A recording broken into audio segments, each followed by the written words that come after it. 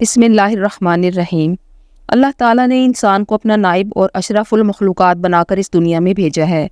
قدرت کے سربستہ رازوں کو سمجھنا اس کی فطرت میں شامل ہے۔ یہ پوری کائنات انسان کو غور و فکر کرنے اور تجربات اور مشاہدات کے ذریعے نتیجہ اخذ کرنے کی دعوت دیتی ہے۔ سورۃ الانعام آیت نمبر 50 میں اللہ تعالیٰ فرماتے ہیں، کہہ دیجئے کہ اندھے اور دیکھنے والے برابر ہو جائیں گے، تو پھر تم غور و فکر کیوں نہیں کرتے؟ سائنسی نظریہ کے مطابق وہی چیز قابل قبول ہے جو عقلی دلائل اور نتیجے کے ذریعے ثابت ہو سکے، جبکہ قرآن اللہ کا قول ہے، اس کا کلام ہے، اس کی تخلیق اور تدبیر ہے۔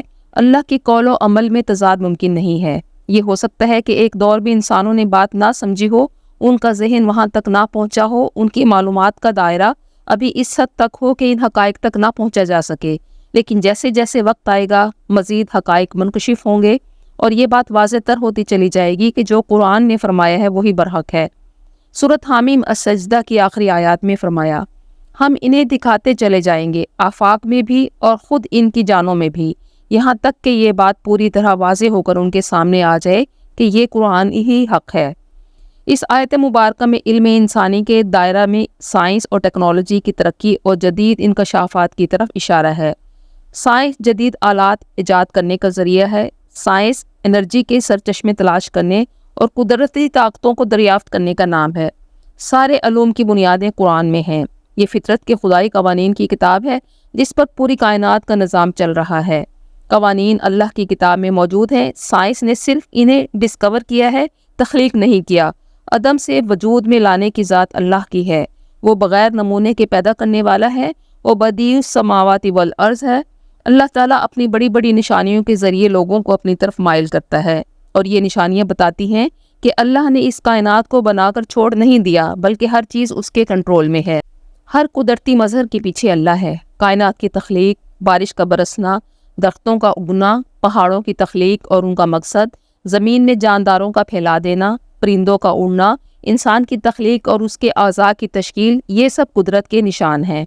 فرانسیسی ڈاکٹر مورس بکائی نے کہا کہ قرآن کا مطالعہ کرنے کے بعد میرا دل اس بات پر مطمئن ہو گیا ہے کہ اس کتاب میں کوئی ایسی بات نہیں ہے جسے سائنس نے غلط ثابت کیا ہو۔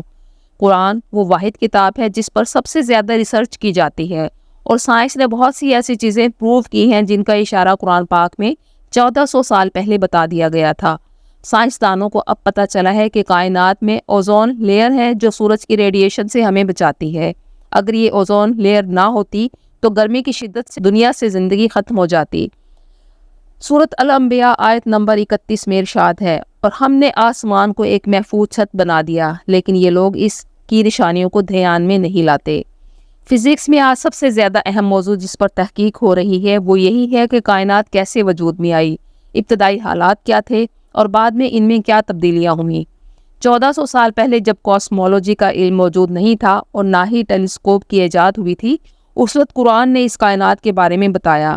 جدید کاسمولوجی کی بنیاد بھی قرآن ہے۔ سب سے پہلے کاسمولوجی کا بانی ٹالمی تھا جو الیگزینڈریا کا رہنے والا تھا۔ اس نے جیو سینٹرک تھیوری دی کہ زمین ساکن ہے اور اس کے گرد پوری کائنات گردش کر رہی ہے۔ یہ تھیوری صدیوں تک چلتی رہی، اور 15ویں صدی عیسوی میں نکولس کوپر نے ہیلیو سینٹرک تھیوری دی کہ یہ الٹ ہے، سورج ساکن ہے اور پوری کائنات اس کے گرد گھوم رہی ہے۔ اس کے بیچ 7ویں صدی عیسوی میں قرآن آیا۔ قرآن کی سورۃ الانبیاء آیت نمبر 33 میں ارشاد ربانی ہے، یہ سب کے سب اپنے مدار میں تیر رہے ہیں۔ مدار کا لفظ سب سے پہلے قرآن نے کئی صورتوں میں استعمال کیا، اور جب یہ بات قرآن نے کی تو مسلم سائنسدانوں نے توجہ دی اور کاسمولوجی میں آگے نکل گئے، لیکن پھر تارک القرآن ہو کر پیچھے رہ گئے۔ بگ بینگ تھیوری کو قرآن نے سورۃ الانبیاء کی آیت نمبر 30 میں یوں بیان کیا ہے، کیا ان کافروں نے نہیں دیکھا کہ آسمان اور زمین بند تھے، پھر ہم نے ان کو کھول دیا؟ یعنی بگ بینگ کے بعد مادے کا بہت بڑا گولہ وجود میں آیا جو ایک یکجا وجود کی صورت میں تھا۔ پھر مادے کے اس گولے میں تقسیم ہوئی، مختلف ستاروں اور سیاروں کے گچھے بنے، کہکشائیں وجود بھی آئیں، سورج اور اس کے سیاروں کی تخلیق ہوئی، اور یوں ہماری زمین بھی پیدا ہوئی۔ گویا اس سارے تخلیقی عمل کا اظہار اسے ایک آیت مبارکہ میں کر دیا کہ آسمان اور زمین باہم ملے ہوئے تھے اور ہم نے انہیں جدا کر دیا۔ ٹیلیسکوپ کی ایجاد کے بعد 1929 میں ایڈوین ہبل نے دریافت کیا کہ کہکشائیں ایک دوسرے سے دور جا رہی ہیں، جس سے ظاہر ہوتا ہے کہ یہ کائنات پھیل رہی ہے۔ اللہ نے سورۃ الذاریات آیت نمبر 47 میں فرمایا، اور آسمان کو ہم نے اپنے ہاتھوں سے بنایا اور ہم اس کو توسیع دینے والے ہیں۔ جو بات سائنس آج کر رہی ہے، یہی بات قرآن نے 1400 سال پہلے بتا دی کہ کائنات میں ہر لمحہ نئے نئے ستارے پیدا ہو رہے ہیں اور نئی نئی گیلیکسیز وجود میں آ رہی ہیں، اور یہ کائنات مسلسل پھیل رہی ہے۔ اور یہی بات سورۃ فاطر میں بیان ہوئی کہ وہ اپنی تخلیق میں جو چاہتا ہے اضافہ کرتا رہتا ہے۔ یہ کائنات ایک حیرت کدہ ہے۔ اب تک 200 ٹریلین گیلیکسیز ڈسکور ہو چکی ہیں اور ایک ایک گیلیکسی میں 80 بلین سٹارز ہیں، اور ہماری کائنات جس کا نام ملکی وے ہے، زمین اس کے ایک کونے پر موجود ہے۔ اگر سپیڈ آف لائٹ کے ساتھ سفر شروع کیا جائے جو 1,86,000 کلومیٹر فی سیکنڈ ہے، تو 1,00,000 سال تک بھی سفر کرتے رہیں تو ہم صرف اپنی ملکی وے کے ایک کونے تک پہنچیں گے۔ اسی لیے اللہ تعالیٰ کہتا ہے کہ اللہ کو صرف اہل علم جانتے ہیں۔ جب سائنسدان ایکسپینڈنگ یونیورس کی تھیوری پر کام کر رہی تھی تو سب سے پہلے جان مائیکل نے 18ویں صدی عیسوی میں ایک ڈارک سٹار کا آئیڈیا دیا، جسے 19ویں صدی میں البرٹ آئنسٹائن نے ایکسپلور کیا کہ دنیا ایکسپینڈ کر رہی ہے اور اس میں ایک ایسی سیکرٹ انرجی موجود ہے جو بہت پاورفل ہے، اور اسے کانسٹنٹ انرجی کا نام دیا۔ اس نے کہا کہ میں خدا کے وجود کو نہیں مانتا، لیکن یہ سب کچھ کسی بہت بڑی طاقت نے ڈیزائن کیا ہے اور ایک انتہائی اسٹرانگ فورس اسے کنٹرول کر رہی ہے، جسے اس نے نیچر کا نام دیا۔ 1998 میں سائنس نے اس انرجی کو دریافت کیا اور کانسٹنٹ انرجی کا نام تبدیل کر کے ڈارک انرجی رکھ دیا، اور 2011 کا نوبل پرائز بھی ڈارک انرجی پر دیا گیا۔ سائنس 2011 میں اس انرجی کو کنفرم کر رہی ہے، جبکہ قرآن 1400 سال پہلے بتا چکا ہے۔ قرآن سائنس سے بہت آگے ہے۔ اللہ کہتا ہے کہ یہ انرجی میری ہے۔ اللہ نور السماوات والارض۔ کوہ طور پر اللہ کے نور کی کرن پڑی تو وہ ریزہ ریزہ ہو گیا۔ یہ کائنات اللہ کے نور کو برداشت نہیں کر سکتی۔ نور کا مطلب روشنی ہے جو انرجی کی ایک قسم ہے، اور یہ انرجی پردوں میں ملفوف ہے۔ موجودہ دور میں سائنسدانوں نے کائنات کے اندر ایسے بے شمار بڑے بڑے اندھے غاروں کا کھوج لگایا ہے جو اپنے پاس سے گزرنے والی ہر چیز کو نگل لیتے ہیں۔ سائنسدانوں نے اسے بلیک ہولز کا نام دیا۔ ایسے کسی ایک بلیک ہول کی وسعت کا اندازہ اس سے لگایا جا سکتا ہے کہ ہمارے سورج سے کروڑوں گنا بڑے ستارے اور کروڑوں ستاروں پر مشتمل کہکشائیں اس کے اندر پلک جھپکنے میں غائب اور معدوم ہو جاتی ہیں۔ سائنسی تحقیقات سے اب یہ واضح ہو گیا ہے کہ سائنس میں بے شمار گیلیکسیز جنم لے رہی ہیں، اور ساتھ ہی بے شمار ستارے اور کہکشائیں بلیک ہولز کی نظر ہو کر معدوم ہو رہے ہیں۔ ان ستاروں اور کہکشاؤں کے درمیان اربوں نوری سالوں کے فاصلے ہیں۔ قرآن نے 1400 سال پہلے یہ بتا دیا تھا۔ سورۃ الواقعہ آیت نمبر 75 میں اللہ نے ان مقامات کی قسم کھائی ہے جہاں ستارے ڈوبتے ہیں، لیکن ابھی بھی کائنات کے اسرار اور رموز سے متعلق انسان کی معلومات بہت محدود ہیں۔ قرآن پاک کی سورۃ الطلاق آیت نمبر 12 میں اللہ تعالیٰ فرماتا ہے، اللہ وہ ہے جس نے 7 آسمان بنائے اور زمین میں سے بھی انہی کی مانند۔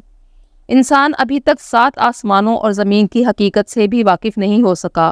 قرآن حکیم کے بعض مقامات پر ایسے اشارے ملتے ہیں کہ جاندار مخلوقات صرف زمین پر ہی نہیں، عالم بالا میں بھی پائی جاتی ہیں۔ سورۃ البقرہ میں بھی 7 آسمانوں اور زمین کا ذکر ہوا ہے۔ ان سے واضح ہوتا ہے کہ وہ آسمان جسے ہم دیکھ رہے ہیں وہ صرف ایک آسمان نہیں ہے، اس کے یا اس سے ملتے جلتے 6 آسمان اور زمین اور بھی ہیں جو ہماری نظروں اور سوچ سے بہت دور ہیں، اور ہر آسمان دوسرے آسمان سے بہت بڑا ہے۔ 7 آسمانوں کی حقیقت ابھی تک ہمیں نہیں معلوم۔ ہو سکتا ہے آگے چل کر میٹیریل سائنسز کا علم اس حد تک پہنچ جائے کہ یہ سمجھ میں آ سکے۔ ابھی بھی بہت سے راز ہیں جن کا علم سائنس کو نہیں ہے۔ انسان کی ادراک اور سمجھ کی ایک حد ہے، اور اس حد کے بعد وہ اسپیکولیٹ کرتا ہے۔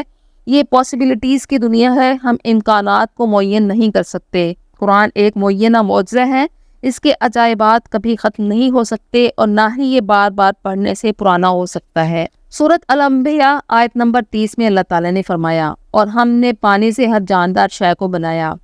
زمین کے اوپر زندگی جس شکل میں بھی ہے، چاہے وہ نباتاتی حیات ہو یا حیوانی، ہر جاندار چیز کا مادہ تخلیق مٹی اور مبدأ حیات پانی ہے۔ گویا مٹی سے ہر جاندار چیز کی تخلیق ہوئی، اور ان سب کی زندگی کا دار و مدار پانی پر رکھا گیا۔ زندگی کے بارے میں رسول پاک صلی اللہ علیہ وآلہ وسلم سے پہلے یہ نظریہ تھا کہ یہ پانی، مٹی، آگ، ہوا سے بنی ہے، اور کئی صدیوں تک رہا۔ پھر جب سیل کی دریافت ہوئی تو کہا گیا کہ ہر جاندار چیز سیل سے بنی ہے۔ پھر جب سیل کی ڈائسیکشن کی گئی تو پتہ چلا کہ سیل میں سائٹوپلازم ہے جو 60 to 70% پانی پر مشتمل ہوتا ہے، چاہے وہ پلانٹ کا ہو یا اینیمل کا۔ سر جینس نے 19ویں صدی میں یہ نظریہ پیش کیا کہ یہ کنفرم ہے کہ زندگی پانی سے وجود میں آئی، جبکہ یہی بات قرآن نے 1400 سال پہلے بتا دی تھی۔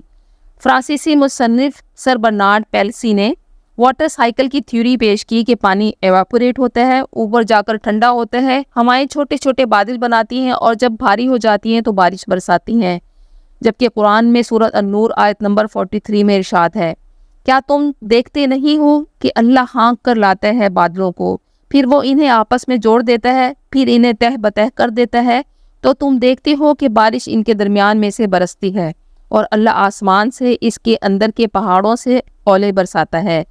یہ پورا واٹر سائیکل ہے۔ برف باری اور اولے کیسے پڑتے ہیں یہ قرآن نے پہلے ہی بتا دیا تھا۔ عقل والوں نے غور و فکر کر کے ترقی کی اور آرٹیفیشل رین بھی کی۔ جب دیکھا کہ لکڑی پانی پر تیرتی ہے اور سوئی ڈوب جاتی ہے تو انہوں نے تحقیق کی اور فطرت کو تسخیر کر کے لوہے کو بھی پانی پر تیرا دیا۔ زندگی کی تخلیق تو پانی سے ہو گئی، لیکن سسٹین پودوں سے ہوئی۔ انسان گندم، دالیں، پھل، سبزیاں جو بھی کھاتا ہے اس کا تعلق نباتات سے ہے۔ اگر گوشت بھی کھائے تو ان جانوروں کی خوراک درخت ہے۔ سورۃ 3 آیت نمبر 1 میں اللہ تعالیٰ نے تین یعنی انجیر اور زیتون کی قسم کھائی ہے۔ یہ دونوں وہ پہلے پھل تھے جو انسان کی بقا کے لیے ضروری تھے۔ زیتون سے انسان کو فیٹس ملی اور انجیر سے کاربوہائیڈریٹس۔ سورۃ الانعام آیت نمبر 99 میں اللہ تعالیٰ فرماتا ہے کہ وہی ہے جس نے آسمان سے پانی اتارا، پھر ہم نے اس سے ہر قسم کی نباتات نکالی، پھر ہم نے اگائے اس سے سرسبز کھیت جن سے ہم نکالتے ہیں دانے تہ بتہ۔ اگر ایمان والے اور عقل والے صرف ایک درخت پر غور کریں تو اس سے باٹنی کا علم وجود میں آ جاتا ہے۔ قرآن اور سائنس کبھی بھی ایک دوسرے کے متضاد نہیں رہے۔ قرآن کی زبان ڈیفینٹ ہے جبکہ سائنس ویریبل ہے۔ قدرت نے ایک بیج سے 100 فٹ لمبا درخت بنایا اور آخری پتے تک پانی بغیر کسی پمپ کے پہنچایا۔ اللہ نے انسان کو کہا کہ ڈھونڈو، تلاش کرو، اور پھر سائنس نے تحقیق کی تو پتہ چلا کہ اس کا نام زائلم ہے جس کے ذریعے پانی اوپر تک جاتا ہے۔ دنیا میں یہ کانسیپٹ نہیں تھا کہ پودوں میں بھی میل فیمیل ہوتے ہیں۔ اللہ نے کہا کہ ہم نے ہر چیز کے جوڑے بنائے۔ عقل والوں نے تحقیق کی اور سراغ لگا لیا کہ کس طرح ایک ہی پودے کے مختلف حصے میل فیمیل کا کردار ادا کر رہے تھے۔ ماہرین طبقات الارض ایک طویل تحقیق کے بعد اس نتیجے پر پہنچے ہیں کہ زمین کی گردش کے دوران اس کا توازن برقرار رکھنے کے لیے پہاڑوں کا انتہائی اہم کردار ہے، جبکہ اللہ تعالیٰ سورۃ قاف کی آیت نمبر 7 میں فرماتا ہے، اور زمین کو ہم نے پھیلا دیا ہے اور ہم نے اس میں لنگر یعنی پہاڑ ڈال دیے ہیں۔ شہد کی مکھی کو وحی کی کہ پہاڑوں میں گھر بنائے۔ سورۃ النحل آیت نمبر 29 میں ارشاد ہے، نکلتی ہے ان کے پیٹوں سے پینے کی ایک شے یعنی شہد جس کے رنگ مختلف ہوتے ہیں، اس میں لوگوں کے لیے شفا ہے۔ شہد کی مکھی جن جن جڑی بوٹیوں اور پودوں کے پھولوں کا رس چوستی ہے ان کے خواص اور ان کے تاثیرات اس میں شامل ہو جاتے ہیں۔ اس طرح شہد میں مختلف ادویات کے اثرات بھی شامل ہو جاتے ہیں۔ یہی وجہ ہے کہ اس میں بہت سی بیماریوں کے لیے شفا ہے۔ اب جدید سائنس نے بھی ریسرچ کے بعد مان لیا ہے کہ اس سے زخموں اور انفیکشنز کو ہیل ہونے میں مدد ملتی ہے۔ کینیڈا کے ایمبریولوجسٹ نے قرآن حکیم کا مطالعہ کرنے کے بعد حیرت کا اظہار کیا کہ آج سے 1400 سال پہلے جبکہ نہ مائکروسکوپ تھی اور نہ ہی ڈائسیکشن ہوتا تھا، قرآن نے ایمبریولوجی کے متعلق جو معلومات دی ہیں وہ صحیح ترین حقائق پر مشتمل ہیں۔ سورۃ مومنون کی آیت نمبر 12، 13 اور 14 میں اللہ نے تخلیق کے مراحل بتائے ہیں۔ ارشاد ربانی ہے، ہم نے پیدا کیا انسان کو مٹی کے خلاصے سے، پھر ہم نے اسے بوند کی شکل میں ایک محفوظ ٹھکانے میں رکھا، پھر ہم نے اس نطفہ کو علقہ کی شکل دی، پھر علقہ کو ہم نے گوشت کا لوتھڑا بنا دیا، پھر ہم نے گوشت کے اس لوتھڑے کے اندر ہڈیاں پیدا کی اور پھر ہڈیوں پر گوشت چڑھایا، پھر ہم نے اسے ایک اور ہی تخلیق پر اٹھا دیا۔ آج کے سائنسدان اربوں نوری سالوں کی وسعت تک کائنات کا مشاہدہ کر سکتے ہیں، مگر اس کے باوجود وہ کائنات کے ایک سرے سے دوسرے سرے تک کی وسعت کے بارے میں کچھ نہیں جانتے، اور نہ ہی ابھی تک انسان زمین کی حدود سے نکل کر نظام شمسی کے کسی اور سیارے تک رسائی حاصل کر سکا ہے۔ سائنس کی معلومات کا دائرہ ابھی محدود ہے، ابھی بہت کچھ دریافت اور ایجاد کرنا باقی ہے۔ سائنس صرف میٹیریل چیزوں سے بحث کر سکتی ہے۔ قرآن کا اصل موضوع ایمان اور ہدایت ہے۔ یہ سائنس کی کتاب نہیں ہے اور نہ ہی سائنس اور ٹیکنالوجی سکھانے آئی ہے۔